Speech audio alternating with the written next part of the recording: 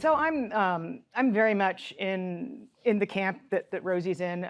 This last year, the people at Trueflation, which was brought on my radar screen by a bunch of bond traders, they're like, this is what you got to follow. It's a real-time inflation metric. So I actually got the raw data from the people from January of 2012. Correlation 0.97. It's sitting at 2.18. So if you believe that rates are going to fall, and if you believe Michael Barr, who said twice in the last few days, the BTFP is going away on March 11th. But in a falling rate environment, that $141 billion will get absorbed. Now, it was a moral hazard play, and it backstopped, it prevented contagion in the financial system. It prevented the bank runs from being one set of dominoes after another. But it's easy enough to increase deposit coverage for these banks. And the Fed is wise now to the fact that it's being used as a small little arbitrage tool. So when they say it's going away on March 11th, it's going away. And I think that FHLB and other funding sources will quickly absorb it in a falling rate environment. Real quick, the history of the Fed is whenever there's a crisis, they tend to do the right thing and then do it way too long. And that was QE after the financial crisis and what they did after after COVID. The Bank Term Funding Agreement, where your collateral's at par, was useful in March and April, and then it just became an arbitrage cheap form of financing. And the reason there's $141 billion in it is because it's a deal. Yeah. And that's why it's going away, because they're just subsidizing bank profits at this point. Yeah. They're not supporting anything. So, Jeffrey, you brought up issuance as gangbusters, and you feel like it's like, wow, bonds? Jay Powell's boogeyman is issuance. Jay Powell's boogeyman is not a stock market correction. But if you see issuance dry up, which you saw for 41 record days, starting on November 14th, 2018. It took him a while in 2018, though, right? Oh, it took him a while. And then, but eventually the credit freezing up bled into the stock market. People don't understand. It doesn't start in the stock market. It starts in the credit market. But his biggest boogeyman, the thing that keeps Jay Powell up at night, is issuance. So if I could throw in one, it's not totally financial, but it is. It's the Red Sea. 30% of all container shipping goes through the Red Sea. It is not. It is going around Africa. It is in a just-in-time inventory world. That means something like $200 billion of goods are now late. So that means manufacturing processes are going to get messed up. 2 days ago, we had the attack by the Houthis in the Red Sea that was repelled. And now the UK and the US said that they're going to respond, if not this moment, real fast. And we're about to find out in the next couple of days, is this going to be over with by next week and then all the container ships are going to be going through the Red Sea? Or are they not going to be able to go through the Red Sea for several months? And if they're not going to be able to go through the Red Sea for several months, we're going to have goods inflation because of just-in-time inventory. So we'll find out. We'll find out here very shortly. And so that's on my radar right now.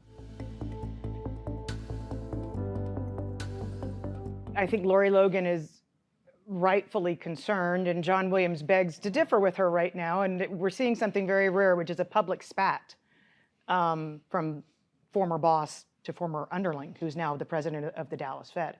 But I think that there's clearly a lot of, because right now bank balance sheets aren't what they once were, securitization's not running like it was running before. We've got this commercial real estate mess. We don't know what the underlying collateral's worth for so many regional banks. I don't think that ample reserves are as ample as they would have been in 2018 at $3.4 trillion after the reserve repo facility goes down to $100 or $200 billion. I think there could be volatility and problems based upon the federal government's presidential election and congressional elections and stuff. I mean, that's just getting worse and more unbelievable. Not using that word hyperbolically. It's really unbelievable. I was talking to one of my clients in the Mideast, and he just said, Jeffrey, what's going on in your country politically is surreal. It's just surreal. We just can't even believe it. I'm with Charles. I mean, I'm totally with Charles, who worries that, I mean, I'll be shorting every bond I can get my hands on if it looks like certain people with a high propensity to spend are going to be elected into office. I'm worried about there being real problems with who gets on the ballot, who doesn't get on the ballot. I think that Third party about the day after. I am too. I think No matter there's who wins. I think that there's a non-trivial possibility. I'm not saying it's 50%. It's not even 40%. That the presidential election gets decided in the House of Representatives. What percentage probability do you put that it is not Biden and Trump, that one or both are not going to be on the ballot in 25%. November? I think it's a little higher than 25%, and I think it's more likely that Biden's not on. How come nobody's mentioned that in the next few years we haven't stress tested $2 trillion of corporate debt being refinanced? It's coming. We're trying to make it. So, but the question was about what is? I mean, frankly, I don't know. The Red Sea is a geopolitical event, and the election is a political event. The question was about what would the financial event be that would upset the Applecart? The financial event. Nobody mentioned commercial real estate. No one mentioned commercial real estate. Nobody mentioned that. Yeah, we've had the soft landing.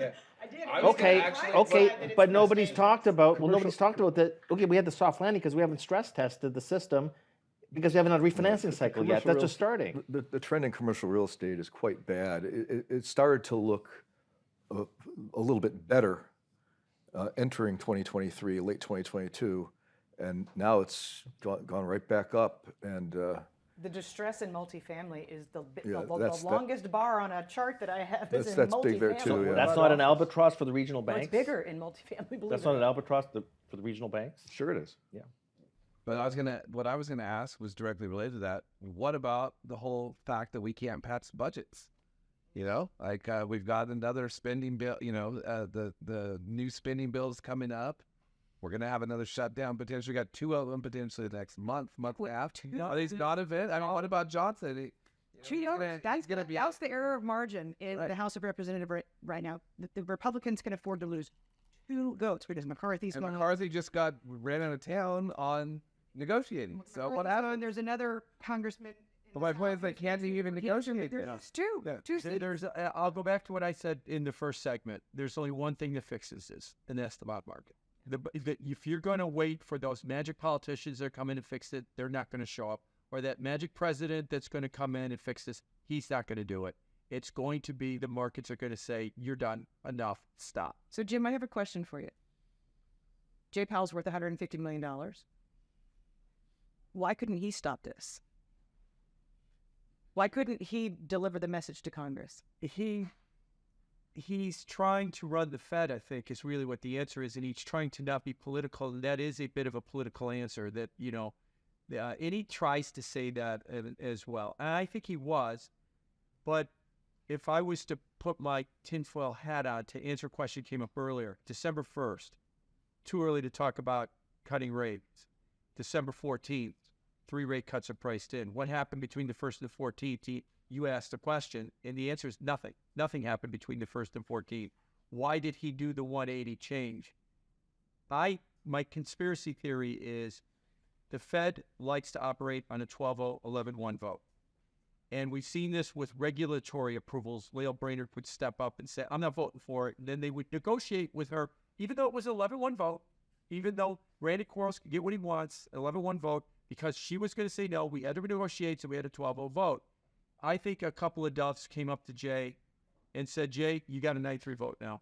Jay, you got an 8-4 vote. You're going to get exactly what you want, but you're going to get it with 8 or 9 people. And he then adopted, okay, we'll stop. We'll talk. We'll let the data come. We'll see what's going on. And I think that there's a very political component within the Fed right now that's almost paralyzing them for the moment. Because I'll go back to what you suggested, that something changed between the 1st and the 14th of December because his rhetoric massively changed. But there was no data that changed between the 1st and the 14th. The only thing that changed was his rhetoric. Right. The assumption, though, was that the Fed knew something. Oh, we've heard this for 40 years, that the Fed knows something. They don't know anything more than anybody. I think, though, what drives Powell a lot was the transitory snafu. Oh, what a mess. And the showdown with him and Senator Shelby That was just absolutely amazing. I mean, it essentially is like, I know Paul Volcker and you know Paul Volcker. And, this was supposed to be that's what really made this amazing. This was supposed to be Volcker 2.0. Right. It turned on a dime. There was not enough evidence out there. Although, if you listen, for me, when I listened to Powell for the last year, I think in his heart of hearts, he believed he can engineer a soft landing. And he just kind of let it out a little bit more. Maybe he wants to because he wants to get the stink off transitory. We talk because the legacy has come up a few times today. Right. And I mean, all he has to do is get to March and not cut rates, and he will have held out for longer than Volcker did. March the date. Charles, hope is a strategy when it comes to the Fed. And the Fed, what nobody here has said is that the Fed's still tightening, and that the lag effect of the balance. well, are they with all these other special programs out there? $74 billion in treasuries is going to roll off this month. That is a form of tightening, and the lag effect starts when that $74 billion in treasuries rolls off. The lag effect is dynamic, and it will continue to roll through this economy. For every $1 billion that's rolled off that balance sheet, it's like Maybe like Punxsutawney Phil, who woke up one morning and saw the lag showing.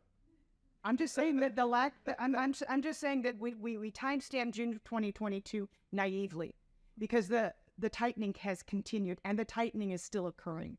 And transitory, well, I mean, in the overall annals of economic history, I would say that 18 months is pretty transitory. The problem is that we live in real time. I mean, most people, long term, for them is like lunch next Wednesday. 18 months. And you know what's funny is, as Jim brings up, well, so inflation, it's just wiggle. I mean, it's just inflation is not Bitcoin or the CRB index. It's glacial.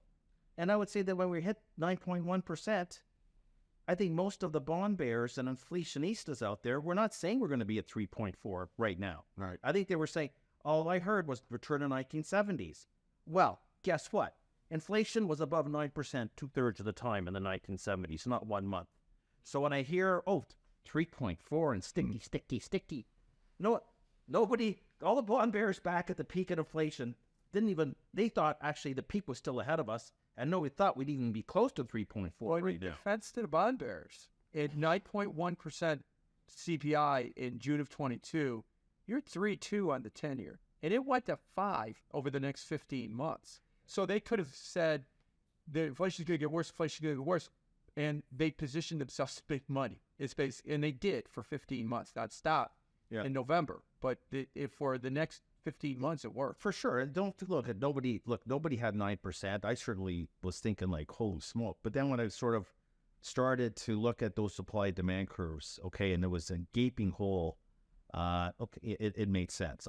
The point is that I would say that including Powell, it went much sharply higher, but it was transitory. Yeah. And what's wrong with 3.4? Without due deference, what was the inflation rate when Volcker left office? And I'll just say one thing, by the way, because I hear it all the time, and from Jeff as well. Prices aren't coming down.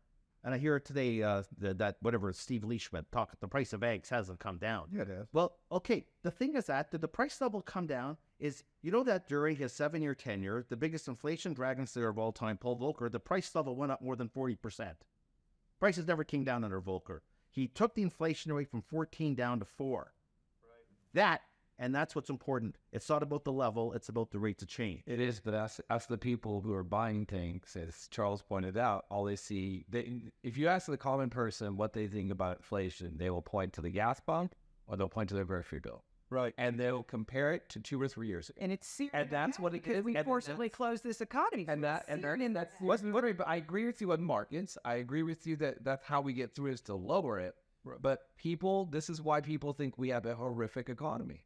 That's why consumer growth. Yeah, I'll agree with the aggregate change. If prices start to go down, and profits start to go down, what do companies do? They'll lay off people. And then the decline in employment and then wages is going to cause a reinforcing down cycle. So be careful what you wish for when you say, well, where's the declining prices? Okay? And by the way, it's not about the prices. It's about inflation is about the momentum. It's the rate of change. We start getting deflation in this country, which is a decline of the price level. All the people saying, well, look out. So I'll just say, too, that Final The thought. Fed Jeff. said, when the Fed said transitory in 21, early 22, the way they crouched it is it was interpreted as peaked. Yeah. It was not interpreted as, That's right. 18 months. And that's where it really kind of, fell apart. And that is a great way to end the roundtable today.